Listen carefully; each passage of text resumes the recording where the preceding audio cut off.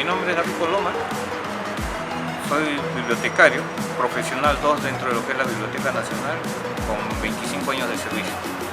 Laboramos actualmente en la Dirección de Gestión de Colecciones y específicamente en el área de procesos técnicos. Vamos a iniciar una ronda de preguntas con respecto a las tablas Cáter, Málaga y tabla Perú. Con respecto a la tabla Cáter, ¿qué definición exacta podría ofrecernos?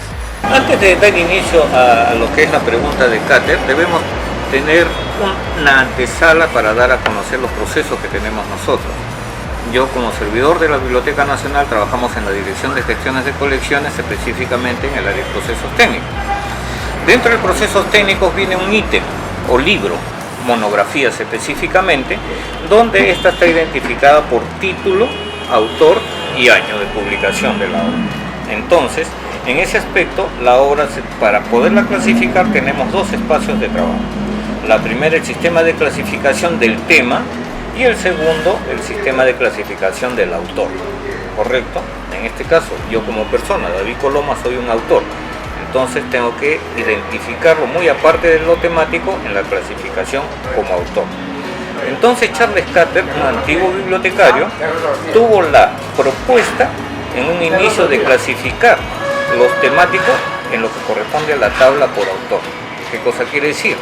Yo comienzo apellido por como C, entonces comienza con la C y de acuerdo a los nombres alfabéticos que tiene la palabra de tu apellido, lo iba clasificando de manera numérica. Entonces comenzaba con la C y de acuerdo a tus datos era una codificación alfa, porque es alfabético la C, y numérica de los códigos de los números que correspondía a tu apellido, para que de esta manera pueda existir otra persona con C como Castro, ya no había choque con respecto al autor. Entonces la tabla Cáter fue a inicios de 1900 o 1846 cuando estaba Charles Cáter. Pero aquí, simultáneamente, cuando se crea la Escuela de Bibliotecarios en el año 43, en el año 1947 el señor Málaga hace una propuesta para los apellidos latinos o hispanos. Tengan en cuenta que Charles estaba en Estados Unidos y los apellidos son americanos o anglosajones. Entonces aquí viene la primera protesta en el año 1947 para la identificación de los autores o de los apellidos. Esa es la primera identificación de las monografías. ¿Se comprende? No sé si habría alguna inquietud, pero aquí siempre se ha utilizado la tabla de notación de Málaga en nuestro país desde el año 1946, posterior a la creación de la escuela y lo que corresponde a la parte de la implementación de la parte científica de los procesos técnicos de los materiales bibliográficos o monográficos. ¿Y esta tabla Cáter se utiliza actualmente en la BNP? No, como te explicaba, cuando el doctor Basadre crea la escuela, se cientifica la especialización, que cuando crea la escuela de bibliotecarios, aquí es donde se crea y se propone desde esa época la primera tabla de notación interna del señor Málaga. Entonces aquí esta es la última actualización que actualmente nosotros utilizamos ya desde el año 1999, ¿no es cierto? O sea, se comenzaron a publicar en los diferentes momentos en las revistas Fénix hasta publicar ya la definitiva, pero la actualizada es esta de 1999 a cargo del colega Carlos Rojas, ¿no es cierto? Esta es la última y siempre nosotros, desde que se implementó este proceso de la escuela y los profesionales, se utiliza la tabla Málaga, renotación interna que identifica los autores de las obras monográficas. ¿Qué concepto nos puede brindar usted acerca de la tabla Málaga? Muy bien, por ejemplo, Como te explicaba anteriormente con la colega, les daba a conocer que la tabla Málaga identifica al autor de una obra en lo que respecta a las siguientes partes. Primero es la clasificación, la anotación interna y el año que posiblemente se publica. 3 campos definidos. Aunque hay uno cree que se llama si es enciclopedia o es su texto escolar, ¿no es cierto? Entonces, de acuerdo a eso, vamos a hacer un ejemplo que siempre se toma en cuenta. Tú y yo producimos un libro de historia del Perú. Mi apellido es Colón. Hemos puesto, por ejemplo, historia del Perú, época contemporánea. Entonces, los dos tenemos el mismo código de clasificación. Pero para distinguirlo específicamente en lo que corresponde, hacemos la distinción en la clasificación del apellido, por ejemplo. Vemos la tabla de anotación interna que identifica los apellidos. Hacemos un ejemplo práctico. Yo mi apellido Coloma y buscamos aquí Coloma. Entonces, dentro de lo que está, Coloma tiene los primeros 3 dígitos, COL y C75. Entonces, hacemos lo siguiente. Colocamos en la obra el C de Coloma y 75 que le corresponde a los otros dos. Entonces es el código alfanumérico. Tu apellido sería Palacios. Palacios. Entonces nuevamente P, porque acá L, M, N, P, P a L, ¿no es cierto? 19 sería. Entonces correcto. Entonces P19.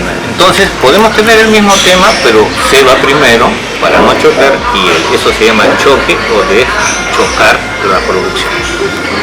¿Se comprendió? Sí. Ese es un ejemplo práctico para que la anotación interna en el segundo campo, que es de autores, no tenga choques, se identifique a la producción de cada uno y eso se identifica en el catálogo y se identifica en la ubicación física del item. ¿Y qué pasaría si, por ejemplo, usted tiene el mismo apellido que yo, pero somos personas diferentes y autores diferentes? ¿Qué hago para hacer una distinción al respecto? No, ya eso se... En ese caso ya sería diferente en lo que corresponde lo temático, ¿no? Ya tú me estás hablando del tema temático, salvo que hubiera el mismo choque si fuera Historia del Perú, Palacio los dos. Entonces ahí sí se distinguiría en lo que correspondería. Si es que es publicado el mismo año, los dos, 2019 o 2018, o de lo contrario hacemos lo que llama, aquí existe otra orientación donde dar a conocer el cuadro que podría ser, aparte del título, podríamos clasificarlo por el H que hace una distinción de historia o de acuerdo a las políticas que determine la unidad bibliográfica o documental o la biblioteca, ¿no es cierto? Pero aquí te da las pautas cómo puedes seguir. En el esto donde da a conocer las notaciones de la ABC también al C, ¿no es cierto? Entonces eso se llama de chocar. Sí. Eso sería en todo caso. La tabla Perú, ¿qué alcance nos podría dar usted sobre el origen de la tabla aquí? Bueno, uno de los temas importantes que siempre se ha dado a conocer es que las herramientas que son necesarias para el trabajo en lo que se refiere a procesar el material, ¿correcto? Dentro de ello, como les explicaba, tenemos 2 herramientas, la anotación interna y la tabla de clasificación, que es lo temático. Nosotros desde un principio se aceptó la escuela americana, basada en el sistema DIU, el sistema de clasificación decimal. Ante ello, se utilizó siempre este tema y se adecuó. ¿Por qué? Porque no hay un desarrollo en algunas especialidades del sistema DIU en lo que corresponde a historia del Perú y al área de literatura. Muy aparte de ello, se tenía que adecuar, según lo que promocionan en su momento el desarrollo de la promoción de bibliotecas públicas, herramientas para darlas a conocer al interior del país. Es por eso que acá ustedes están viendo un modelo de tabla de que se empleó de los años 70, donde dan a conocer desde Agustina Musante como una propuesta de apoyo técnico de estas herramientas de trabajo a las bibliotecas nacionales o las bibliotecas públicas del país a través de la biblioteca como ente rector, para normalizar su uso y empleo de las 2 herramientas. Dentro de ello, como tú lo estás dando a conocer y se especificó claramente, esto estaba con la finalidad específica de desarrollar temas en lo que corresponde a derecho, que también es otro tema que nosotros hemos ido ampliando, el tema de literatura, que es netamente peruano, y el tema de historia del Perú o geografía. Entonces por eso se empleó. Pero muy aparte de ello, se hizo todo un resumen de las principales características de lo que corresponde a las décimas o centésimas de la tabla. Para esto, publicarlo, que es uno de los primigenios de los 70, y hacer la capacitación a través del Fondo San Martín y hacerles entrega al personal que participaba o asistía a esos eventos. Se entraba de manera gratuita. Entonces, las personas que asistían no solamente se capacitaban en las nuevas tendencias y la organización organizada de las bibliotecas públicas, sino también en el sistema de clasificación. Se le daba la herramienta y la anotación interna de Málaga para que tengan sus dos trabajos que él se hacía desde la época de las 60 con la señora Carmen Checa, y el Fondo San Martín, basado en el trabajo, como ustedes pueden ver, de la señora Agustina Musani. Este material aún está en vigencia porque en el año 1996, que se da una repotenciación a lo que corresponde al renacer nuevamente de la Biblioteca Nacional para tener estas nuevas infraestructuras, se hizo una nueva edición actualizada de la tabla Perú a cargo de la señora Carmen Ochoa de Tejada, ¿no? 1993. Eso también se hizo a nivel nacional, lo que corresponde a la capacitación y entrega de ese material. Lastimosamente, esto ya es del siglo pasado.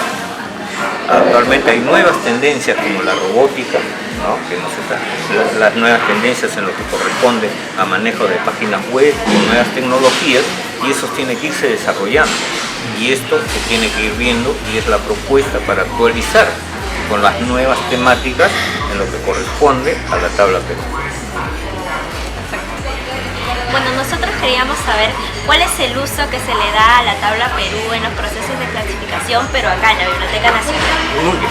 En lo que corresponde a la tabla Perú, que este es de los 70, como ustedes pueden ver, fue una etapa primigenia que sí todavía tiene vigencia en lo que corresponde al interior del país, ¿no es cierto?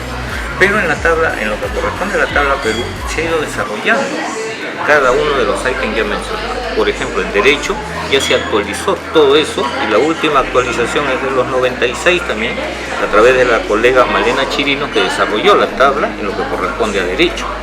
Pero esa tabla, con la actualidad y las nuevas tendencias que ya también existen en el derecho, ya queda un poquito desfasada. El conocimiento actual ha ido vertiginosamente, y lo que hemos ido actualizando ya ha ido quedando desactualizado, ¿no? Igual en lo que corresponde a literatura. Ya estamos en un nuevo milenio y las personas que han nacido ya han ido incrementando en lo que son decimales y también los autorías. Y también se utiliza en ese tema para identificar exclusivamente, no solamente a lo que corresponde al autor en su periodo, sino también un número propio, que es la anotación interna de Málaga, pero como número propio que también se ha identificado en la Biblioteca Nacional. ¿Correcto?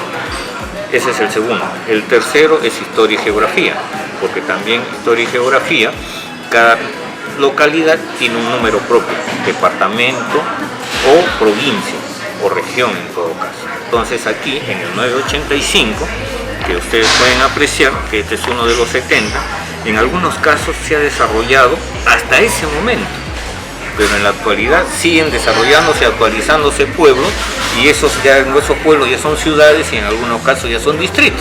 Entonces ya tienen que irse viendo para irlo desarrollando en lo que corresponde al número que corresponde en la tabla de clasificación Perú específicamente.